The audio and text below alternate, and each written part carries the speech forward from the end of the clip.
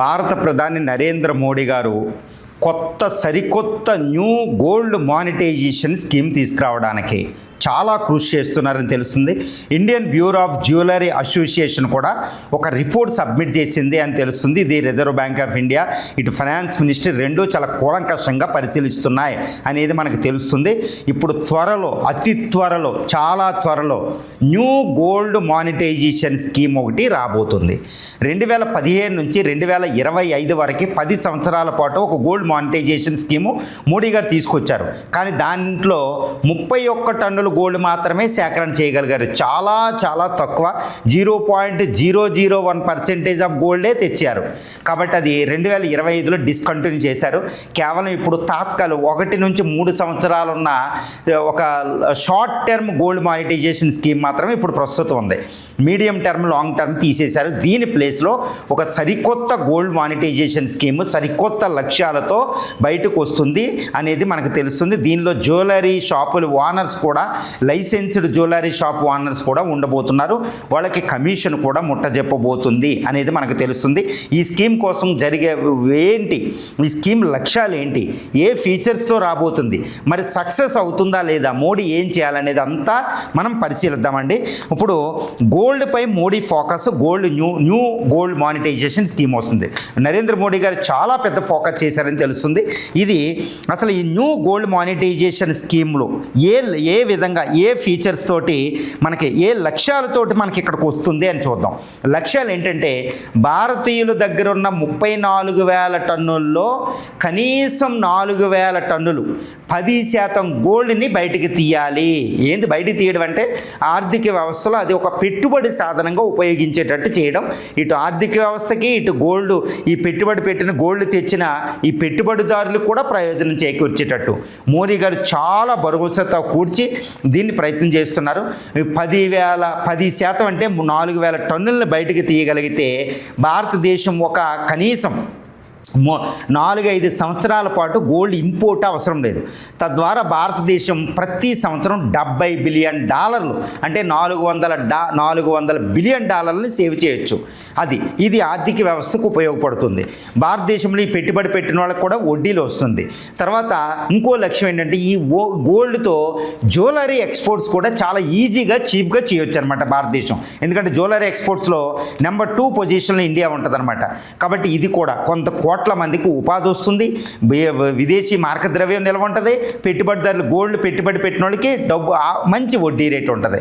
ఒక అద్భుతమైన స్కీము ఫీచర్స్తో ఇది రాబోతుంది అనేది గొప్ప లక్ష్యాలతో మోడీ దీని మీద ఫోకస్ చేశారని తెలుస్తుంది.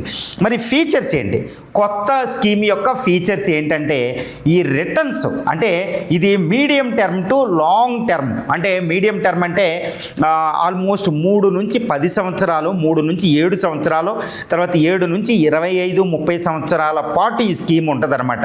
వడ్డీ రేట్లు ఉంటాయి. దీనికి వడ్డీ కూడా చాలా ఎక్కువగా ఉండే అవకాశం ఉంది. నాకు తెలిసినంతవరకు వడ్డీ 3 నుంచి 4% వడ్డీ రేటు ఉండేటట్టు అవకాశం ఉంది. అంటే ఆల్మోస్ట్ డబ్బుల రూపంలో అంత లేకపోయినా డబ్బులు 3 నుంచి 4% ఇంట్రెస్ట్ రేటు ఉండే అవకాశం ఉంది. మళ్ళీ ఇంట్రెస్ట్ రేటు ఇన్కమ్ ట్యాక్స్ దాని నుంచి మినహాయింపు కూడా ఇక్కడ మనకు పెడుతున్నారని తెలుస్తుంది. Income tax, capital gains tax CGT నుంచి కూడా మినహాయింపు ఉంటుంది. కాబట్టి వడ్డీ ఇలా వస్తుంది. కాబట్టి ఆల్మోస్ట్ ఇప్పుడు బ్యాంకులో డిపాజిట్లు ఈ వడ్డీ మీద ఈ యొక్క ఇన్కమ్ ట్యాక్స్ ఇవి ఉంటాయి, దీని మీద అది ఉండదు. ఒక అద్భుతం. కాబట్టి దాంతో సమానమైన ఇంట్రెస్ట్ రేట్ దీని మీదకి వస్తుంది. కాబట్టి ప్రజలందరూ దీని మీద పెట్టుబడి పెట్టే అవకాశం ఉంది. ఇంకొక ఫీచర్ ఏంటంటే, జ్యువెలరీ ఓనర్స్, లైసెన్స్డ్ జ్యువెలరీ ఓనర్స్ని పెట్టుబడి పెడతారు. వాళ్ళకి ఇంట్రెస్ట్ రేట్ ఎంత ఇస్తారు అంటే ఆల్మోస్ట్ 0.75 నుంచి 1% కమిషన్ వాళ్ళకి ఇస్తారు. ఓల్డ్ గోల్డ్ అవి సేకరణ చేస్తారు. కాబట్టి ఇది సక్సెస్ అవుతుంది అనేది వస్తుంది. వాళ్ళు కూడా ఉంటారు కాబట్టి గ్రామీణ ప్రాంతాల్లో కూడా విస్తరిస్తారు. కేవలం అంతకుముందు పెట్టినప్పుడు కొన్ని బ్యాంకులే, అవి పట్టణాల్లోనే ఎక్కువ ఉన్నాయి.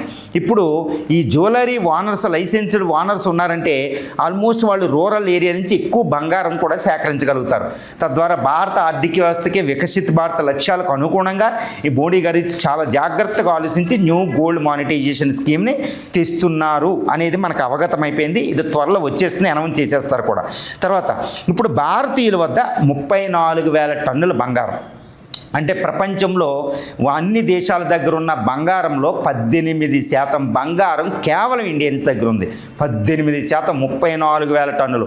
సెకండ్ పొజిషను ఆల్మోస్ట్ 29,000 టన్నులతో చైనా ఉంది. అంటే ఇండియా ఎంత బంగార గనో మనం తెలుసుకోవచ్చు. ఈ బంగారంలో 10% బయట టార్గెట్ పెట్టుకున్నారు మోడీ గారు. 10% బయటకు తీసుకురావాలి. తద్వారా వచ్చే 4 నుంచి 5 సంవత్సరాల పాటు గోల్డ్ ఇంపోర్ట్ అవసరం ఉండదు. తద్వారా విదేశీ మార్గ ద్రవ్యం నిల్వ చేయొచ్చు. తద్వారా మరి ఇక్కడ ప్రజలకు కూడా అద్భుతమైన ఇన్ఫ్రాస్ట్రక్చర్, ఆ $400 బిలియన్ ఉపయోగించి ఎంతో ఇన్ఫ్రాస్ట్రక్చర్ ప్రాజెక్టులు వస్తాయి. ఒక వైద్యాన్ని అందించవచ్చు. ఇప్పుడు భారతీయులు కూడా 4,000 టన్నులు ఇక్కడ దాచారు అంటే ఈ స్కీమ్లో వాళ్ళకి ఇంట్రెస్ట్ రేట్ వస్తుంది, భరోసా వస్తుంది, సెకండరీ ఇన్కమ్ వస్తుంది. అంటే డబ్బుల్ని బ్యాంకులో డిపాజిట్ చేసుకున్నంత దాంతో సమానంగా ఉంటుంది. ఎందుకు క్యాపిటల్ గెయిన్స్ ట్యాక్స్ ఉంటుంది, ఇన్కమ్ ట్యాక్స్ ఉంటుంది దాని మీద, రాబడి మీద. మీరు ఎప్పుడు కావాలంటే అప్పుడు ఈ గోల్డ్ని బార్స్ రూపంలో లేకపోతే అప్పుడున్న రేటుకి ఆధారంగా గోల్డ్ తీసేసుకోవచ్చు. సో అద్భుతంగా ఉంది ఈ స్కీము. ఎక్కువ స్త్రీలు దీనికి ఆకర్షితులు అయ్యే అవకాశం ఉంది. మోడీ గారు అద్భుతంగా దీన్ని తయారు చేయడం జరిగింది.